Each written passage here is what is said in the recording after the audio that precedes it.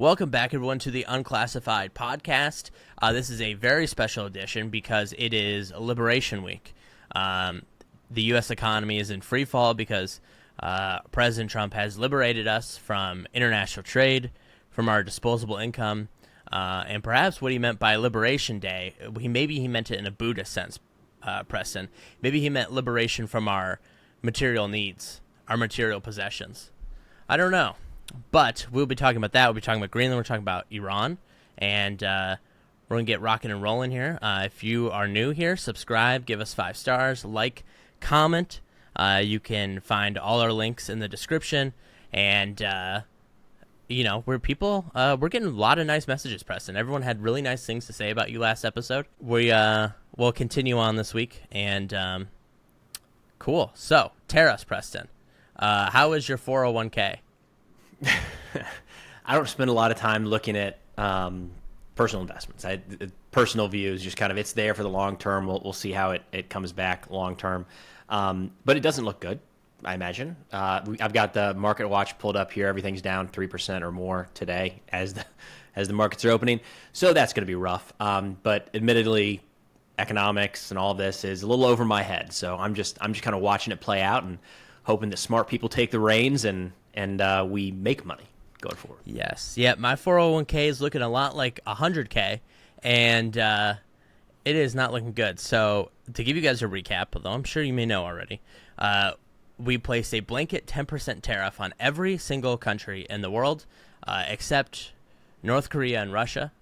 And the argument there is that we don't trade with them, although we do trade with Russia. We do $3 billion worth of trade with Russia, which may seem like nothing. But Laotia, the country inside of South Africa, they got hit with 50% tariffs, and we do like $750 million in trade with them.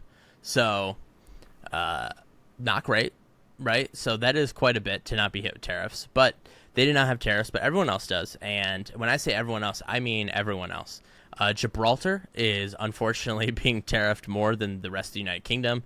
Same with the U.S. military base Diego Garcia, and McDonald Island, which is an island of just penguins, has been tariffed. But also, other people who abuse the system just as much as it allegedly abuse the system have been taxed a ton. The EU taxed 20%, the United Kingdom 10%, right? And China is up to 54% now in tariffs. It is not looking good. I believe Japan also got 47%. So, going really well, and the world is receiving it very well. Wouldn't you say, Preston? I think everyone is very happy with these tariffs that have been placed on them. Yeah, I mean, on the bright side, if we can do that, the memes have been wonderful in the last 24 hours. Really enjoyed that. A lot of creative people funneling that creativity into productive means on the internet, so that's been great. I've really enjoyed that. It would have been really fun to see like live reaction videos from all these countries around the world as they open the envelope to see what their sanctions are, or realistically see it on TV as Trump rolled it out. Because I got to think, we sat here looking at this going, what are we layering tariffs on this tiny African country for that most people can't even name? What did they think? Mm-hmm. What was the first words out of their mouth when they opened that thing up? Or maybe our allies would have been better, right? The people that were thinking maybe this is going to be 10 or 20%. We'll see how this actually shakes out. It would have been that's the video mashup that I'm looking for, is somebody with the real time reaction of people figuring out around the world what these tariffs actually are. Could you imagine being Japan and you're sitting there and you're thinking, all right, I mean, we have a free trade agreement. We've done a lot of lobbying with Trump. We do a lot of trade with the United States on favorable terms. Probably 5%, 10%. And then you wake up and it's 47%, and you're just like, this is like the same one China has. I thought when President Trump said he didn't want to do it on April 1st because people might think it was an April Fool's joke, I thought, okay, that's really dotting the I's and crossing the T's, but I guess better safe than sorry, right? But now I get it. Because if this came out on April 1st, I do think countries would have thought, at least partially, like, this is a joke. There's no way. Because they also saw these numbers. They were told in this list how much they were tariffing the United States, or their tariffs on the United States. That does not match with reality. So they're probably looking at that like, well, I don't understand that. That number's not real. So how is that number? And yeah, it would have, in retrospect, smart move not doing this on April 1st. Absolutely. And you're right. So he's up there with he has this big list, and he's holding it up with the list of tariffs that other countries allegedly make us pay. And all the numbers are wrong because they're not the actual tariff rates.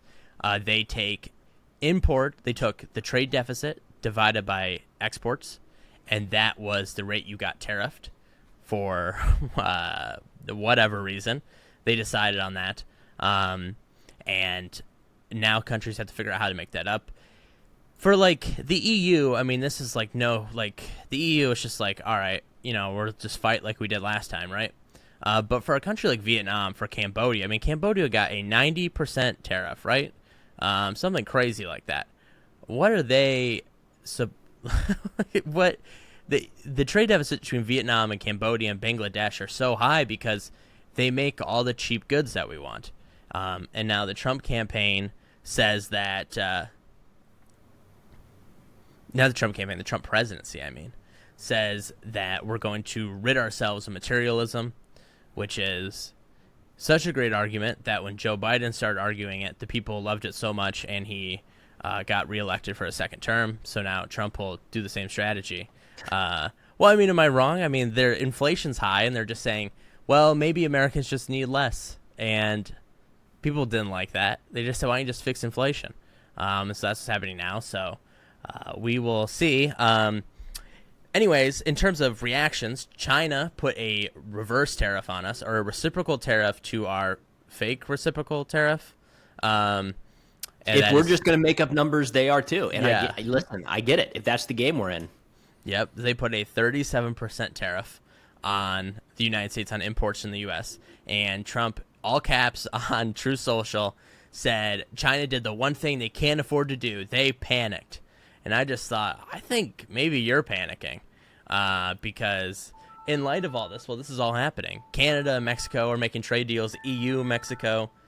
Countries that don't even have, phone numbers with each other are making trade deals now just around us, which is, not great. But so the EU will be coming out with their own tariffs. And while other countries like Vietnam are just like, we'll do whatever you want because 1/3 of the Vietnamese GDP is exporting to the United States. The EU is, they're not. I know Trump thinks they're weak. They are not weak, and they are going to fight. And they're talking about using the nuclear option, which is blocking U.S. tech companies from the Eurozone, from the European market. So Europeans would not be able to use YouTube, Twitter, Facebook, Snapchat, whatever. In addition to that, they're talking about taking from U.S. banks, as well as taxing U.S. banks. And lastly, perhaps the one I think is the biggest deal, they could strip American companies of their intellectual property rights, which means Disney, even Preston and I, with this podcast and with our own brand and our own stuff, would not have any authority to enforce our copyrights or trademarks. So that is what is happening there. So not great, but... So on the April Fool's thing... Again, the idea that it was actually probably a good idea to not put it out on April 1st. I know people will probably hear that and think like, well, the world's not that stupid, right? We don't, in the grown-up world out here, we don't think of April Fools as being like it's just a day, right? It's not jokes. It's a big day for kids, yeah. But here's the thing. There was a great piece that came out on April 1st in the UK Defense Journal. It was satire. And Russia Today picked it up and ran with it. So you got to be careful here. Yeah. Russia Today said, UK Defense Journal, Britain to expand Navy due to, quote, Russian threat. The British Navy is set to build a third Queen Elizabeth-class aircraft carrier in response to the growing Russian threat. But here's the thing. That article is a complete joke. It said it would carry Infinity 100 aircraft, be armed with Cold War-era Harriers or naval Typhoons launched via 6 catapults, and would cost $987 billion to build. Wow. They quoted a fake quote called the decision to expand the fleet a waste of money and lives, and that one strike would turn the carrier into a pile of scrap metal. That was in the UK article.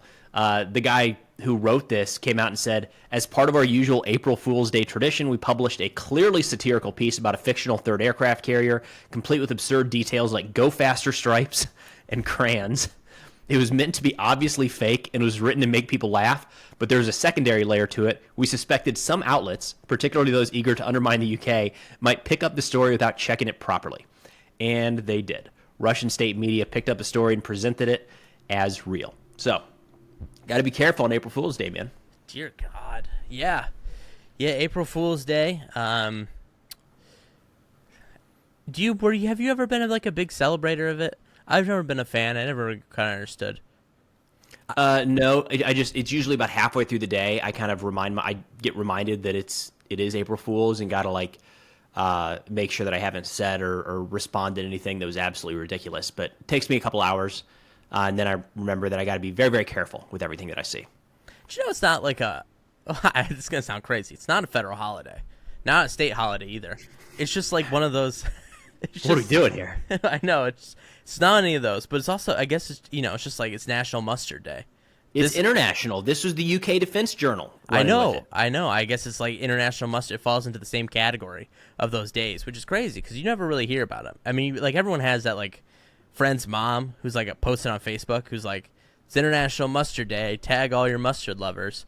But yeah, like, it's always been crazy to me that this kind of breaks through the way it did. Well, so this made me think like what I need to keep an eye out for going forward on April Fool's Day is just avoid all the Brits because that dry humor could be deadly on April Fool's Day. Like I don't want to mess with that. I watched some friends in the U.S. make videos and jokes, and it was like halfway through, I was like, I think I see what's happening here. But listen, that's dangerous. Actual full articles in the British Defense Journal, UK Defense Journal, like, oh yeah, careful, man. The only one I fell for was the European Commission made a Instagram reel where they talked about emoji standardization across the union as like a bill and how they passed the regulation for it. And I was watching, I was just like, man, you guys are never beating the allegations. And then she was like, let us know if you've seen any other good April Fool's Day jokes. And I was like, oh, okay. Well, you did get me there. You got me there. I was fully like, oh Lord. So yeah. But all right, well, we don't know what's going on with the tariffs is the big picture thing here because they might still be in place as of this recording. We tend to have this effect where we record something and it's like breaking news, if you will, and then by the time we publish, it's like, oh, that thing changed drastically. So for all we know, tariffs could be off. This could have been a late April Fool's joke, or they could expand by the time this airs. You think we should jump into Greenland or Iran, things that are a little more concrete right now, if you will? Yeah, let's jump into Greenland, and then we'll round it out with Iran, because I feel like we have so much to talk about with Iran. We're going to war. Like, a whole lot's going on there, and it's all falling to the weight side, because we know we have a lot going on here at home. But Greenland, J.D. Vance went to Greenland. Trump keeps saying that he will not rule out military force, and that we have to have Greenland. And then yesterday, the Danish prime minister said, well, what if we work together in the Arctic? And I have not seen the American response to that, and I believe Trump's just going to say no. But we will see. So, Preston, what do you know here about Greenland? Tell us what's happening.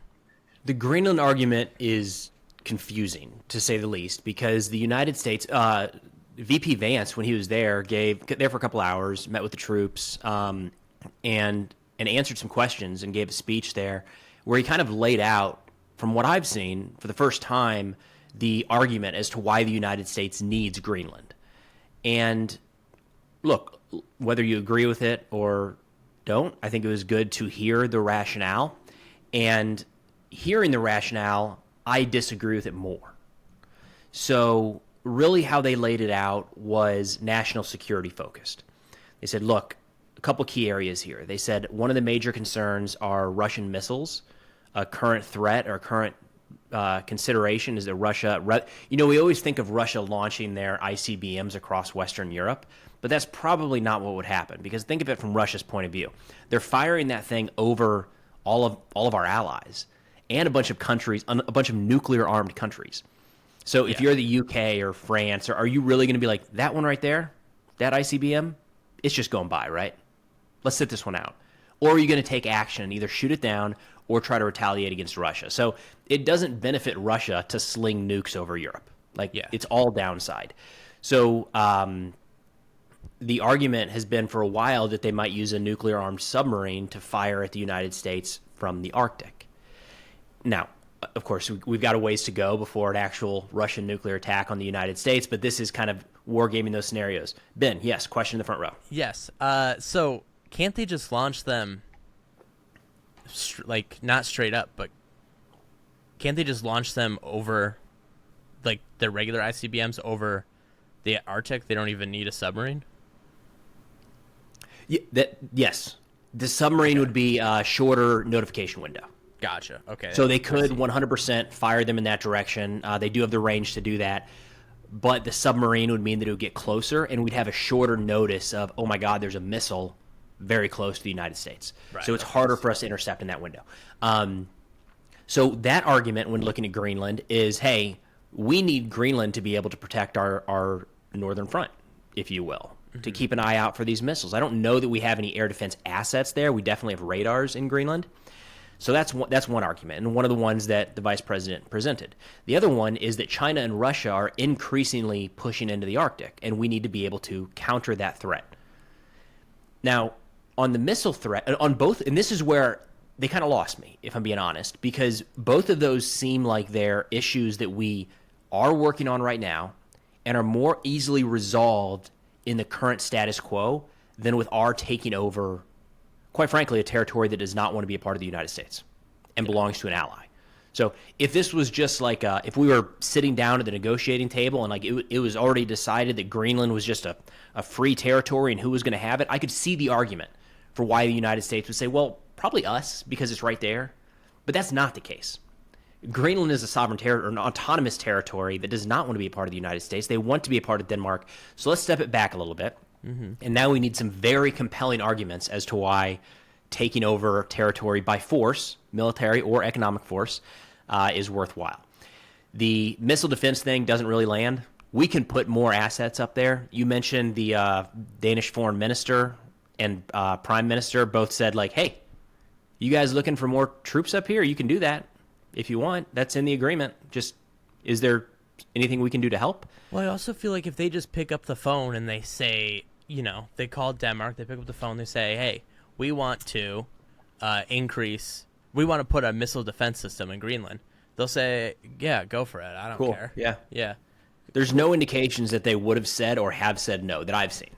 Yeah. So, again, this is one of those where, if that's been an issue, it's not something I'm aware of. Maybe it's happening behind closed doors, or maybe it hasn't been reported on, but from everything I can tell, we could just have that conversation, and they might say yes, and then, hey, problem solved. The second piece here, China and Russia advancing into the Arctic, is a real concern. But one of the great things that we have going right now is the North Atlantic Treaty Organization. It goes by NATO. You've heard of them, Ben. I'm familiar. Yeah. So one of the great things with that organization is we have some allies that have Arctic bases and are very focused on the Arctic threat. So we're a part of a team that's already looking at this, and it's not just us. Mm-hmm. We can lean on our allies that also we have similar interests in not wanting China or Russia to take advantage of the Arctic. So again, if we're trying to counter Russia and China, it seems like the easier way to do that, the more straightforward way to do that, is to try to help build up our partner capabilities while we do the same. Mm-hmm. Finland, Sweden, Canada, Denmark, work together, and then it's this unified effort in the Arctic. So considering that is in place, they're talking about the Arctic today and yesterday at the foreign ministerial at NATO.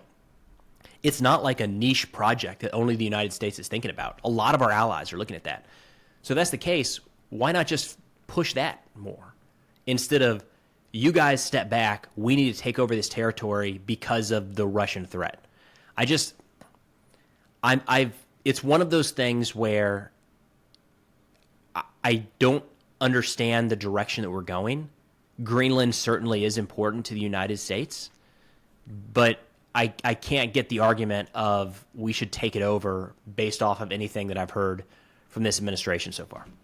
It's a weird thing because and no one's been really able to figure out why, right? Like, we just know that the president opposes these alliances, like you've laid out, that would help us, and working together with other countries. But no one can quite figure out why, and they can all tie it back to it's like a 1987 or 1983 trip to Japan, where he apparently lost a bid on a piano, and ever since then has been against allies and wants tariffs on countries. And before that, he was for free trade and for alliances. So I don't know what happened there, but you're right. It does make sense. The reason the world order, the reason the U.S. alliance system is the way it is because it works, right? If it didn't work, we wouldn't be doing it. We're a nation of efficiency, of business people, of people who do things at work, or at least we were. And it just doesn't, if this wasn't benefiting us, we would not still be doing it. And so I don't know why they believe that we need to take over Greenland, but they also think we need to take over Canada too, and that's really backfired dramatically. You saw the Canadian Prime Minister saying that the old relationship with the United States is over, that they will seek different military partnerships, yada yada yada. We'll see how far that goes. Can't blame them though, right? But yeah, this Arctic craze is insanity, unbased in reality. But here's my question for you. Everyone keeps talking China and the Arctic, China and the Arctic. Does China have an island in the Arctic that I'm unaware of? Because it seems to me that I don't want to say they're locked out of it, but they have pretty limited options in terms of accessing it. Yeah, I don't know. I mean, they're a growing world power. Maybe that's the idea, but I will say I'm always fascinated to hear about Russia's nuclear icebreakers that they have in the Arctic. Yeah. Because that to me is so fascinating. People herald it as like a great achievement. But I don't know. Russia makes its own gas. You just make them gas powered. But I guess it's kind of like the biggest sign of how much the Russian military is smoke and mirrors, right? They have a nuclear powered icebreaker, and I don't know. You could have spent that money on literally anything else that would have been helpful. So to stick with the Greenland thing here, the reason it's concerning, and this is something that I feel like happens more in the current administration than we've seen in the past, and maybe it was in Trump 1.0 and I just don't remember it as much, but there's a lot of like major issues that pop up, and you almost have to determine, am I going to spend time and energy on that or not? Because there's so much, and you can't panic about everything. Be overwhelming. And I think we're seeing that a little bit in U.S. domestic politics, where people are just going in every direction. Every time somebody opens their mouth, there's a freak out, and it's just you just gets lost in the noise. The Greenland thing is triggering a few bells for me right now, and I think it's really worth paying attention here, because we had all this aggressive talk about Greenland, then we had the vice president's visit. I believe, the vice president's visit along with National Security Advisor Waltz. While they're up there, we know that there was not a lot of reception for them throughout the rest of Greenland. But at the same time, President Trump said, we have to have Greenland, and he said he's not taking military force off the table. Again, okay, do we freak out about this? Do we just set it to the side? But then the government did something that is not getting as much attention as it should. We released the 2-minute propaganda film about why the United States stands with Greenland. And listen, man, I love me some American propaganda, all right? Right. Especially the build up the war fighters, our soldiers are good, join the army.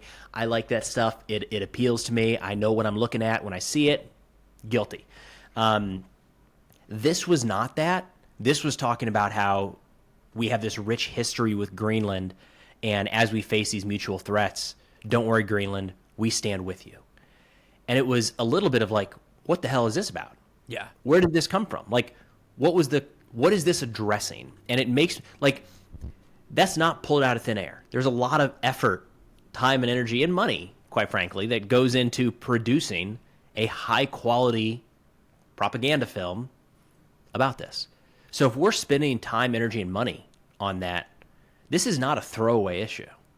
And in seeing some pundits talk about it this past week, you can write off some of these traditional outlets. I did a video yesterday showing some segments from Fox News, and I had people say you can't use Fox News as a source because it's just entertainment. It's not even news. My counter would be there's a huge audience there that views it as news, and that's their sole source of information. So when you have somebody like Jesse Waters, was the video that I played, talking about how, hey, listen, sometimes you got to burn some bridges, and maybe we just need to burn a bridge with Denmark and take Greenland. You know, this only ends one way, with an American flag being planted in Greenland. Like, that messaging is very real, and I'm concerned that we haven't heard the last of this, and that it's rhetoric that we haven't heard towards Canada. Even Canada, in my opinion, we crossed the line from it's a joke to offensive. The 51st state stuff, It didn't reach this point. No, where we're talking about the possibility of military force and propaganda films about how you'd be safer under us, and Denmark has failed you. Like, it just, if we saw another country doing this, we would think that they were laying the groundwork for an invasion. Like, if Russia did this around Ukraine back in 2022, it'd be like, oh, son of a bitch, look at that. They're getting ready to go in. I fully agree with you. And I think the one thing that should be raising alarm bells, everyone, is that the White House has been saying for the past week, and I know it's about the tariffs, but you can assume it applies for everything else, that the norms and the institutions from the post-World War II era are irrelevant to the modern American state and irrelevant to the realities of our time. And that implies for everything, right? And so that should be ringing alarm bells in everyone's head. And so I don't, that means a lot, right? That means you don't believe the UN is useful. It means you don't believe NATO is useful. All these other things, that no war is a conquest, nothing like that. It means you are not on board with it. And so you're right. We are getting into some very dangerous territory there. And I know Denmark's deployed, 3 destroyers up there?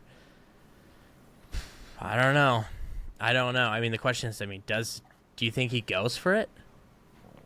Well, there's something else I think that we should hammer on here. There is no voice inside of Greenland or Denmark saying we want to be a part of the United States. Like, which is, again, why this feels very much like the Russian invasion of Ukraine. Mm-hmm. We're going in there to help the Russian-speaking people, and we need to do this for them. We're just trying to help, and they'll be safe under us, and it's a dangerous area for them. And like, that did not match reality on the ground. That's what we're seeing right now. We're seeing some of these commentators talk about how there's these shared values between the United States and Greenlanders, and how they want to be a part of the United States, and they want to be a part of our culture, and they want to fall under the United States umbrella. But there's nothing that matches that. Like, we've got all of the government officials saying, what the hell are you talking about? And just like drawing a hard line of no. And then when you look at any sort of polls addressing this, the last one was in January. There's probably going to be some more recent ones. It was like 85% said, no, we do not want to be a part of the United States. Mm-hmm. So like, what are we, again, and this is where, we run the risk of you're overreacting, you're playing too much into this. But if China was doing this about Taiwan right now, we'd say, wait a minute, guys. Right. I see where you're going. So I don't know that just because we're the United States and we don't do this kind of stuff, that we can brush it aside entirely, because people are people. People are flawed, and people run governments. And just because we haven't invaded an allied nation in quite a while doesn't mean that we won't ever do that going forward. So I think we really need to keep an eye on this situation. I agree. I'm tired. This is like adjacent. I'm tired of people saying you're taking, it's TDS to react to the possibility of an invasion of Greenland or Canada or anything like that. I just feel like when you're the most powerful person in the world, you should not be wasting your time trolling, or like, your words should be taken literally, right? So I just don't like the argument, because it's a joke until it's not. Just like these tariffs, I'm not on board with it's a joke with Greenland. But it is nerve-wracking, and I have seen some people propose some interesting theories, though, on Twitter. Someone said that if the U.S. were to go for an invasion or an annexation of some type, the two clear signs are, number one, if they pull U.S. troops out of Europe, that is a clear sign that they're going to go for it. But number two, if they do it while their troops are in Europe, then European countries should just move to intern them and POW them until the U.S. leaves Greenland. And I just thought, wow, there are 103,000 U.S. troops in Greenland, or not Greenland, Europe, to be interned, POW'd like that. Can Trump sustain that? Like, is that an effective deterrent to the United States? I don't know. I mean, it kind of ruins the plan of surprise, doesn't it? We're pretty far down a rabbit hole if we're talking about what would 100 American POWs look like. I know, I know it's a rabbit hole, but I just thought, you start seeing some Europeans talk about it, and I thought that is such an interesting point to even think about. Like if the U.S. presence is still there, Well, this plays into something else with all of this, and it's something that's been confusing for me for months now, which is, do we not understand how angry this is making some of our allies? Like, don't get me wrong, and I've said this before, I'm America first. I think that we should always pursue policies that are in our best interest first. But I don't know that we always need to upset everyone at the same time. Like, you and I can go about our daily lives and get a lot of things done for ourselves, for our families, with our best interest in mind, and not piss off the entire neighborhood. Maybe once or twice that happens, probably not even in a day. But there is a way to do this without making everybody angry, and it seems like we're not at all concerned about that. And I have a hard time understanding what it is we're moving towards that justifies essentially burning a lot of bridges. Right. Well, it seems like the official foreign policy of the United States is to make everyone upset because it amuses the domestic base. And I'm just not sure that's really worth it. And you're kind of seeing the side effects of that. I don't know if you saw this. Marco Rubio was in the Baltics this week begging the EU and the Baltic nations to continue buying American weapons, saying, it'd be inappropriate if they stopped spending on American weapons. It'd be inappropriate if they had this Rearm Europe campaign. They didn't invest any money in the United States. And the European reaction was just like, I'm sorry, do we exist in the same world? Like, it'd be inappropriate. Are you crazy? Are you out of your mind? Like, this whole time we've just dedicated ourselves to upsetting everyone, and now all of a sudden we're the victim when they don't buy our weapons anymore. You were told this would happen. And Trump wanted this. Trump's entire political career, he's complained about Europe buying American weapons, being over-reliant, and now they're doing their own thing, and now we're upset and telling them that they need to buy American weapons. Yeah, not like that, guys. Yeah, yeah. How dare you do what I told you to do? Not what I meant. Yeah. So the foreign policy of the United States is on fire, and the part that makes me more nervous, and people have said this, and I mean, we've all seen Star Wars Episode 1, right? Trade wars sometimes do turn into real wars, and a world does not need more tension right now. And we're going down a dangerous path, and upsetting allies and doing all this is not good for the good old US of A. I'm going to look up a quote here. Okay. That I'm not going to be able to find it quickly. It was a good book. There was a good quote right before. It was in. Anyways, it was somebody saying, like, the world is too interconnected. We're too economically dependent on other nations. Mm-hmm. War would make everybody poor. That's not a realistic consideration. We're beyond that. And it was in 1913. Yeah. There was a quote from the opponent to McKinley, George something, who said, or a critic of him, who said, tariffs do to us in peacetime what our enemies would do to us in wartime. And it just reminds me of the current state, and I don't know what the strategy is here. And the part that worries me the most is that, Preston, I do not think, say, this all falls out and the MAGA movement collapses, and in 2028 we have, Barack Obama and a mustache, and everyone loves him, and Dems have every seat, or not even Dems, you just have like regular Republicans, John McCain's and Mitt Romney's in there. I just don't think they're going to be able to bring it back. I think it's just going to be like it's going to take 20 years. It's going to take proof that the United States is not fully committed to this protectionist, isolationist. What did George W. Bush say in that clip I saw yesterday? Isolationism, protectionism, and nativism are evil triplets, and it's going to take a lot of convincing to the rest of the world that we are not bought in on it. And the last time it took convincing is we had to storm the beaches of Normandy.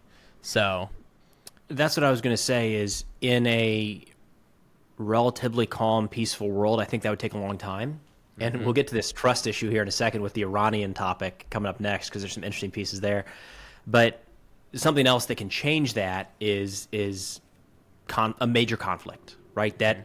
Or a major stressor. It doesn't necessarily have to be a war. But again, if you think about it in your personal life, the times that bonds are forged quickly are during times of hardship.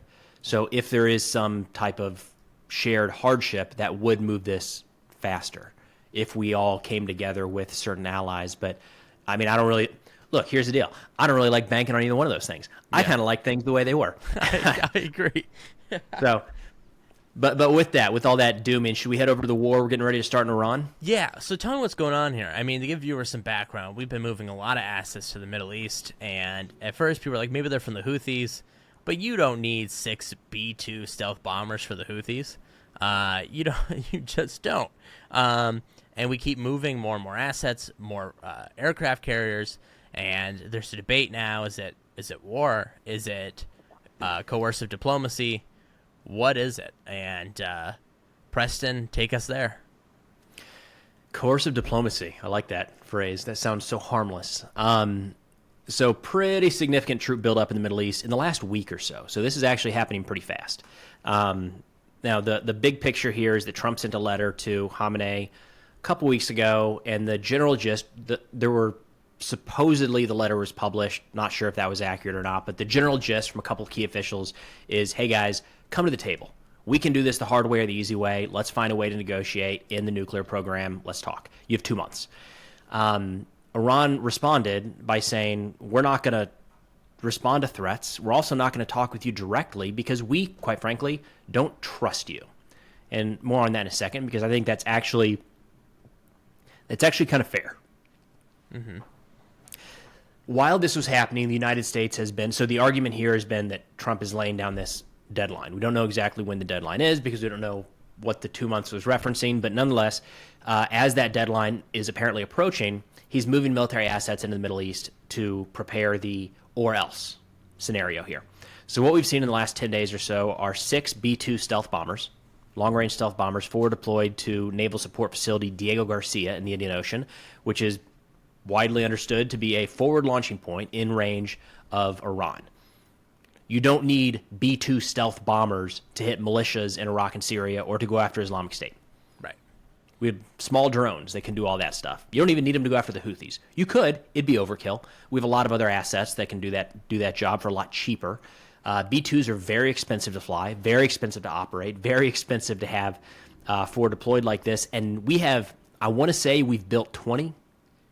18 or so are believed to be operational, maybe less, which means that you're talking about a third or more of our stealth bomber fleet is currently looking at Iran. So just to put that into perspective, additionally, the USS Harry S. Truman Carrier Strike Group was just extended in the Middle East. Aircraft carrier and associated ships, lots of aircraft. They're the ones battling the Houthis day in and day out. So they just got extended. The Carl Vinson was just redeployed from the Pacific, Carrier Strike Group, redeployed from the Pacific to the Middle East. Again, you don't need multiple carrier strike groups to deal with militias or terrorists or even the Houthis, for what it's worth.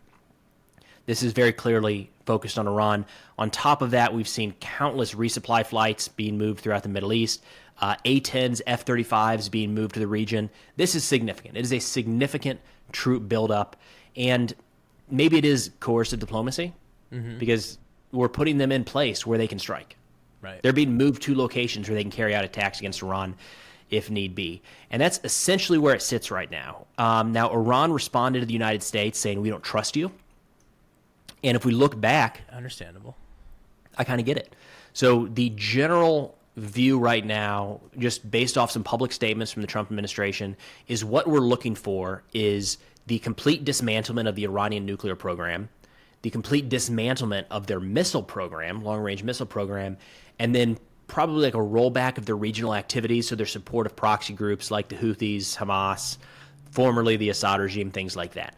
It's a pretty all-encompassing package that would be in exchange for removing sanctions and kind of, according to Steve Witkoff, one of the presidential advisors, kind of welcoming Iran into the broader world. Iran has said, their president said, you need to earn our trust. And kind of what he's getting at there is we have effectively changed our Iran policy 4 times in 4 administrations. Isn't that the truth? Listen, I don't like Iran. I do not want to see Iran with a nuclear weapon. Like, full stop. There's not any ifs, ands, or buts there. I would like to see Iranian influence rolled back in the Middle East. Like, everything that Trump is demanding right now, I would like to see. It would be good for the United States. It would be good for the Middle East. However, I also can understand Iran looking at this and saying, you guys are crazy. Like, why would we agree to any of this unless we have to? Understanding the imbalance in military force. Like, why would they voluntarily agree to something that, for all they know, could be completely changed in 36 months? I think you're fully right. I think this is the slope we began on when he ripped up the JCPOA, the JCPOA, in the first term. Once you did that, there was really no coming back from it. The Biden administration could not get them back into the room to do these negotiations at all. And now you're dealing with that now, right? I mean, they just don't trust the word. You're right. They shouldn't. What worries me, though, and what's interesting is that when you talk to intel people, they say that Iran may already have a nuclear weapon or that they are creating one. But Tulsi is saying in front of Congress, and so is the NSA head, that they do not believe Iran is pursuing a nuclear weapon, right? And so that, to me, is an interesting dichotomy. I'm not saying that Tulsi's lying. I think perhaps she's telling the truth. Maybe the intel people are lying. But it suggests that, there is something interesting going on there, especially that you saw I don't know his exact role. I know it's senior in the Iranian government, and I'm sure you saw this, as he said that if the United States and Israel strike Iran or make clear that they're going to, we will build a nuclear weapon. And it leads me to believe that they are perhaps closer than I think any of us think to building one. Yeah. So, quick fact check, former head of the NSA, right, as of this morning? Yeah. Do we know why he was fired? I saw that Laura Loomer recommended he be fired, but I wasn't sure if there was an exact reason given. No, nothing given quite yet. But look, the process of taking an enriched uranium and turning it into a viable weapon, there's multiple steps to that, and I think there's room in there for people to play with the words. Right. And I don't know if they're doing that in a good way or a bad way, but there's kind of ways to hide behind that, where a country could be enriching uranium and say, we're never building a bomb. We are not currently building a bomb, but they're enriching uranium to the point where it could be weaponized. They just haven't physically started building the actual bomb that it would go in or the warhead that it would go in. So there's some nuance there. There have been arguments for a long time that Iran already has one. The assessment from the intelligence community last week was that they do not, and they've actually really sat on that program since 2003, but there's been some public discourse recently kind of saying, hey, look, might not be such a bad idea. Yeah. And I can see that. I mean, I am not in favor of nuclear proliferation. I think less nuclear weapons would be better than more, but you can kind of understand that point of view from countries that are close, saying like, look, if we just get this thing, it changes the whole dynamic. Yeah. Well, I think if you're Iran, you're looking at this and you're thinking, the U.S. clearly, at least for the next 3 years, is pulling away from the world. It is backing away, right? And while Trump may have it out for us, they seem pretty disinterested in general. They may not enforce the nuclear non-proliferation regime, and it kind of puts them in a spot, especially if Japan and South Korea or Poland pursue them, right? Puts them in an interesting spot. How can you force it on Iran but not them? I don't know. I think if you're Iran, I think maybe your best bet right now is to keep this ready to go, Maybe I would say that if I was Iran, I would have a tornado watch of my nukes, right? So, like, have you ever seen that graphic where there's the tornado watch versus a tornado warning, but it's a taco, and it's labeled taco watch versus taco warning? And it's... No, we're in Tennessee. We just do the tornadoes like last night. Oh, jeez. Well, so this image I'm talking about is a taco warning, tornado warning, is all the ingredients of a taco next to each other. And a taco warning or a tornado warning is the taco put together, right? And if you're Iran, and this seems to be correct, you probably just have a tornado warning or a nuke warning, or not warning, watch as you wait to assemble it, just in case. But I also lost me on what's the comparison between tacos and tornadoes? Because there's this graphic out there they used to explain, at least they did in like when I was in school, about how to like the difference between a watch and a warning. It's not. It's all the ingredients are there, and then it's actually a thing. Oh, okay. Yeah, interesting. Yeah. So all the ingredients are there, and I think that's where they're at now. The question is, when do you think they go over to the warning side? When do you think they just say, you know what, we have it, deal with it? I don't know. So, hypothetical here for you, and if you don't want to answer it, I gotcha. But I was thinking about this recently because there were some reports that the United States was using some bunker buster type bombs against Houthi ammunition storage facilities in Yemen, and they weren't producing the results we were looking for. As in, the Houthis, with Iranian help, built significant underground storage facilities. And that shouldn't be a shock, right? We've seen Hamas, all things considered, was relatively small compared to the tunnels that Iran has built, that Hezbollah has built. And we've seen some videos. These are deep underground. And that's part of the concern here is this is not, the Iranian Air Force is not just sitting out in an open field. Their nuclear weapons facility or their nuclear enrichment facility is not just out in the open where you can just be like, that thing there, hit that thing. A lot of it is believed to be underground, quite a ways underground. So if we're using our bunker busters or some bunker busters to hit the ones in Yemen and it's not doing the trick, it raises the question, okay, what do you need to do in order to get it done? Is it more bunker busters or is it a different type of weapon? And it took me down this rabbit hole of, and I don't even know if this would be an actual use case for nuclear weapons to cave a tunnel like that, but it almost feels weird looking back that nuclear weapons haven't been used to prevent others from getting nuclear weapons. It seems like that's the use case for this system at this point. Let me be clear. I'm not justifying or saying that we should use nuclear weapons. I know you're not. But when you're talking about like this one weapon system that only certain people have, it seems like the time that would be used is to prevent other people from getting that same capability. Do you see what I'm saying? I think like it makes like I understand what you're saying. I think to like a certain extent it makes sense, but I also think it's like I don't know, if you nuke Iran to stop them from getting a nuclear weapon, right? If you're any other country, you're probably looking at this and going, well, I think like maybe we need a nuclear weapon, right? But in addition to that, I don't know. I think it opens up a door the United States doesn't want to open, right? Because Russia's always complaining about Ukraine's supposedly making a nuclear bomb somewhere, right? And it just opens the door there. I don't know. I understand your point, but I think we're too far in at this point. Maybe if like Truman had nuked the Soviet Union, then maybe I see your point. But at this point, we're 80 years in on this thing. And that's kind of what I was thinking of with this, and I probably didn't phrase it exactly right, but like it seems like in history that would have been the time for nuclear weapons to be used. Right? When you have this crazy advantage that nobody else has, the minute somebody else starts to catch up, you use that advantage to make sure they can't catch up. I agree. I think that, so I do agree. And I think it says a lot about the American character, or at least the character of Harry Truman, where he had this world-ending power. He could have done whatever he wanted, and he didn't. He tried. They had that big conference, and he met with everyone, and he said, all right, so here's the deal. So Soviet Union, you guys are going to get rid of your nuclear weapons, and the rest of you are going to agree not to develop them. And then once all that is done, then we will get rid of our nuclear weapons. And everyone else said, no. And, that's the extent they went in that regard. So, yeah, I don't know. I think this is a lot about the American character that we did not use it when we could have. But you're right. In a different timeline, that is probably when you should have started using it. But the it's question, an alternative history timeline Yeah. thing is more than anything. and I also think like you start doing that, it opens the door, right? So the U.S. goes around nuking the Soviet Union after World War II. I think you just start seeing China, you start seeing everyone build these things.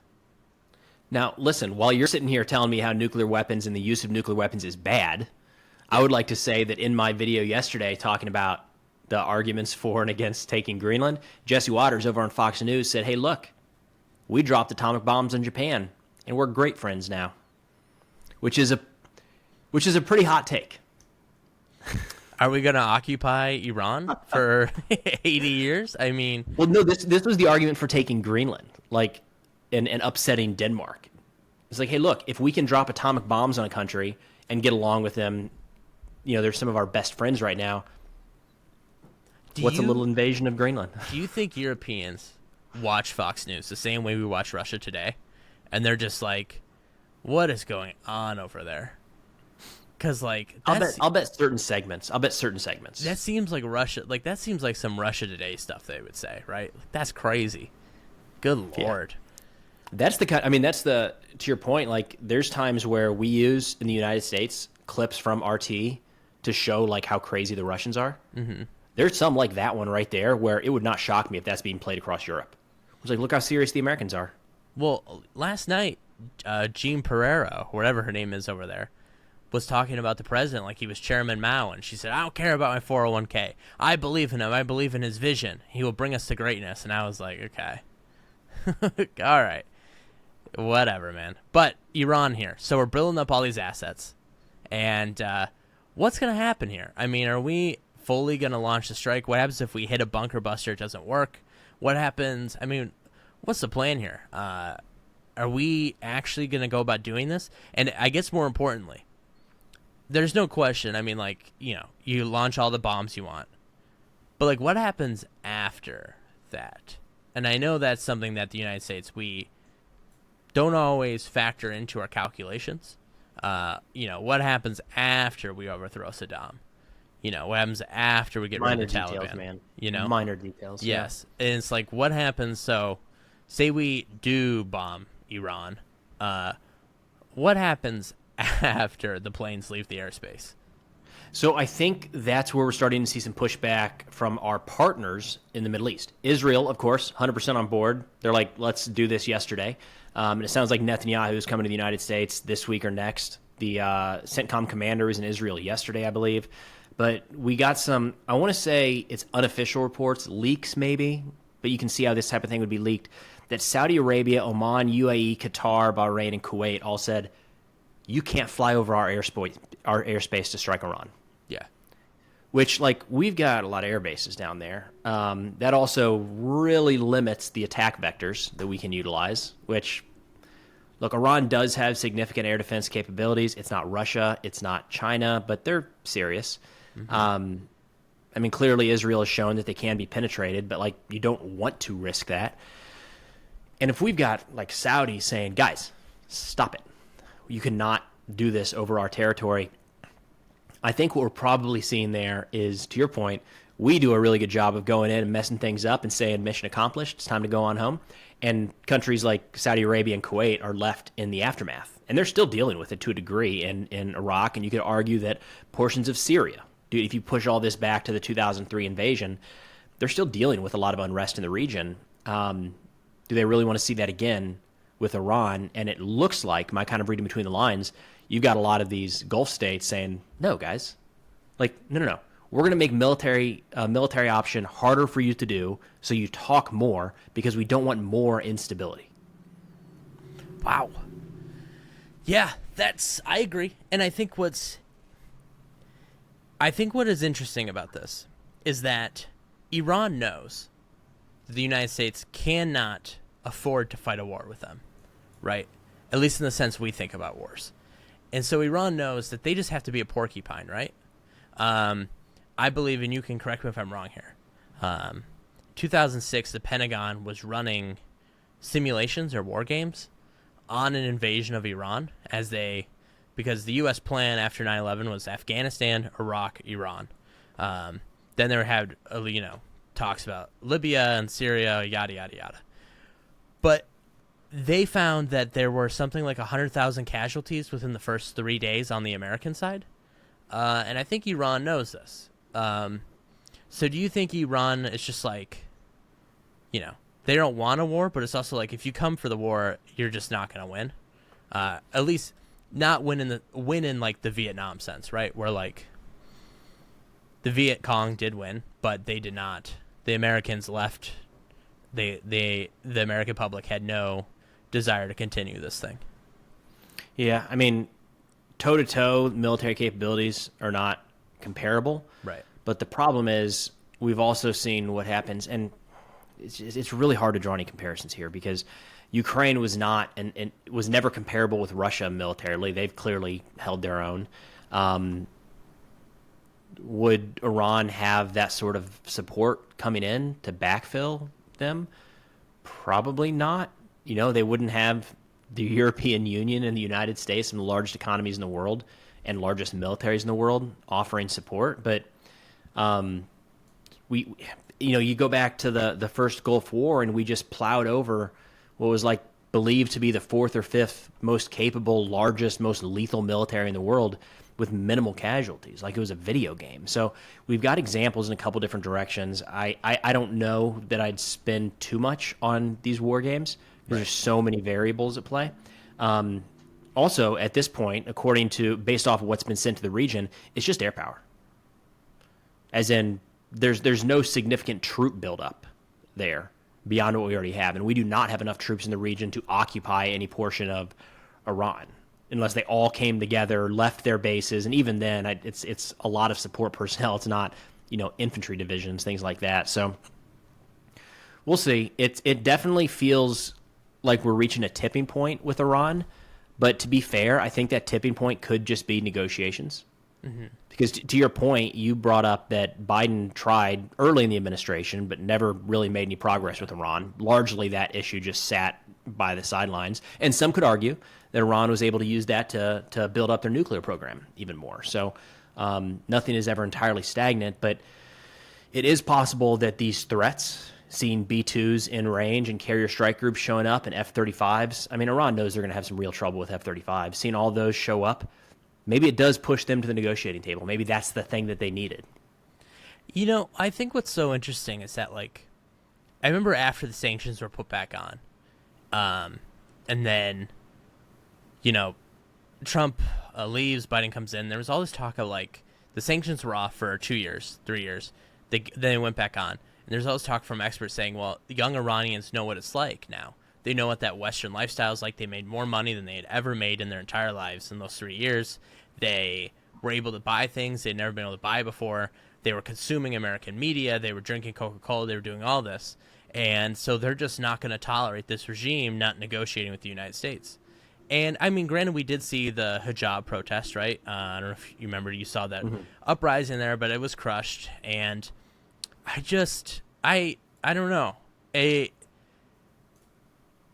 Like these people, I don't know. I want to believe the Iranian people want better, but I'm not sure they do. Also, breaking news for us right now, the NASDAQ has sunk 20% from its record high from 3 months ago, and has now officially entered a bear market. Is that good? No. Okay. But we're winning. We're getting kind of tired of winning. But on Iran, though, makes me all very nervous. And so here is my question for you.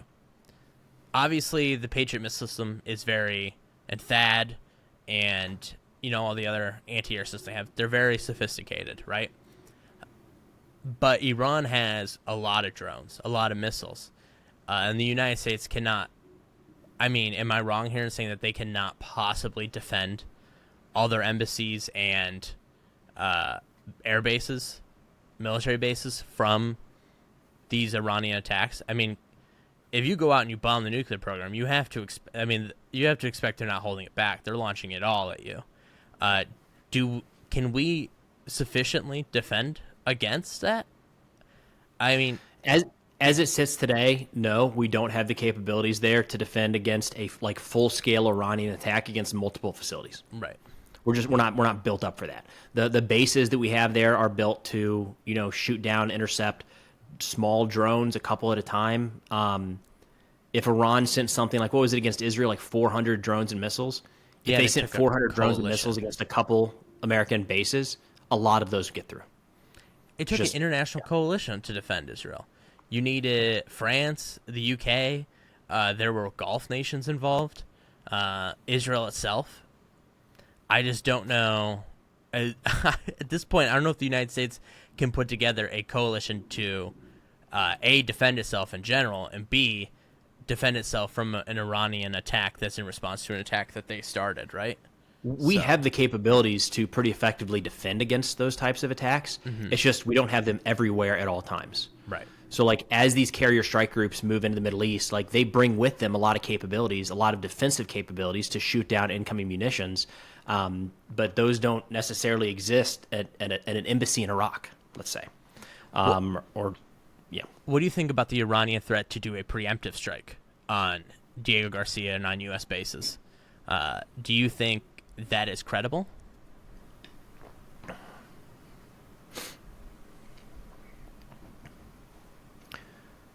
I guess it could be. We haven't generally seen that from Iran.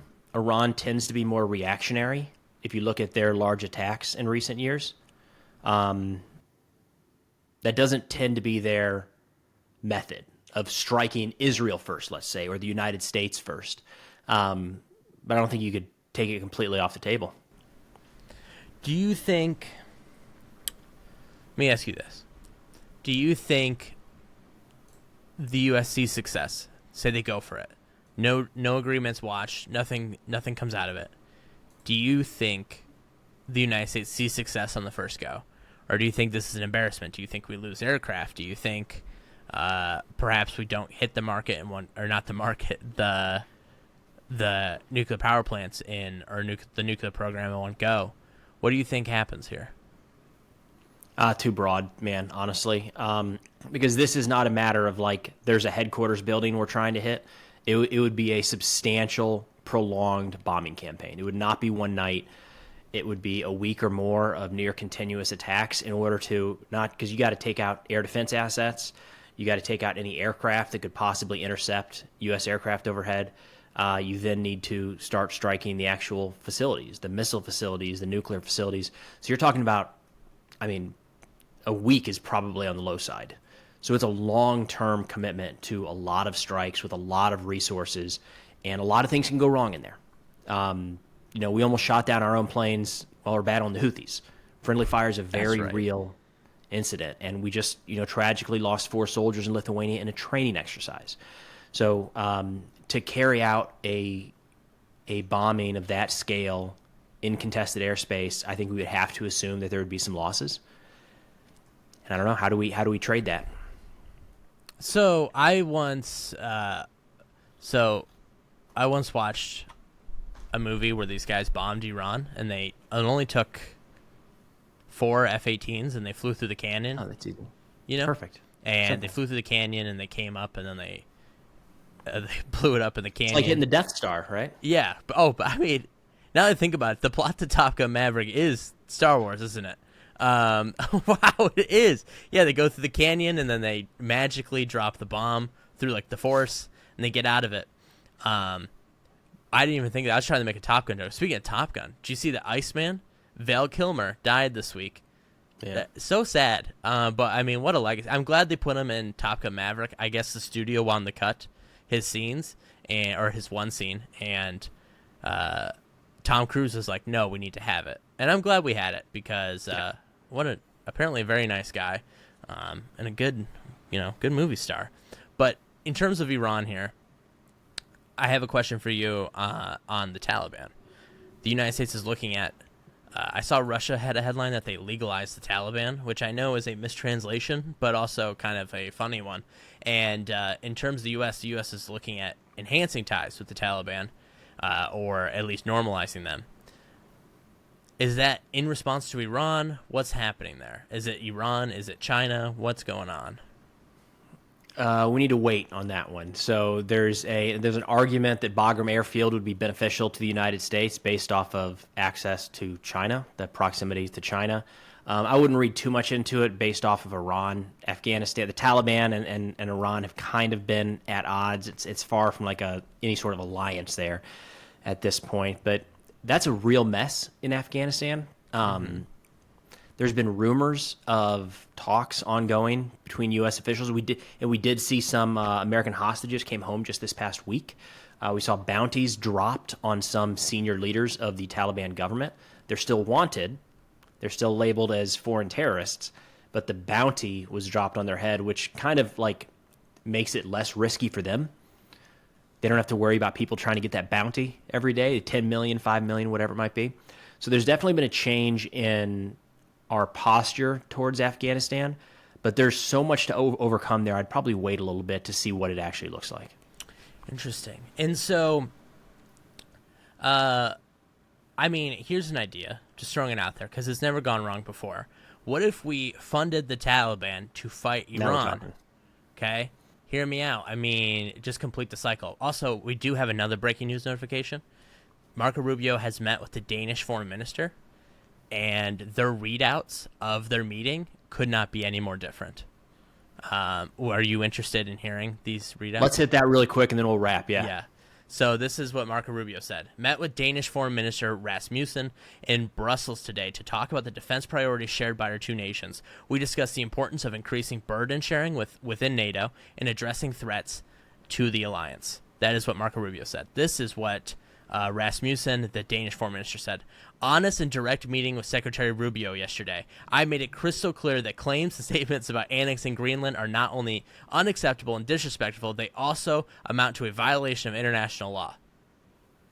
So, two entirely different readouts of how that went. It reminds me of the Putin-Trump call where they both came out of it and said entirely different things. We're like, wait a minute. Were you guys on the same call? Yeah. Yeah. That is crazy. And looking at this meeting, do you think feels awkward there? Everyone at NATO's always so nice, but I mean, I feel awkward talking to them when Rubio and company are being strange. I can only imagine how they feel, right? Especially Marco Rubio. These guys, you were like their buddy, 4 months ago, and now you're over there and you're just like, what happened to you, dude? So, I don't know, but we're going to wrap here. Any closing statements? We didn't take any questions from the audience this week. We'll take an extra one next week, yeah. Yeah, we'll take an extra one. But any closing remarks, anything you want to talk about? Wait and see how it goes. Keep an eye on Greenland. I'm a little nervous up there. Dude, I mean, as of right now, the show is tariff-free, but we'll see if that changes next week. But everyone, thank you for watching. Like, comment, subscribe. Give us 5 stars. Let us know what you think. And, our review here. I actually do have a question from the audience, but it's from last week.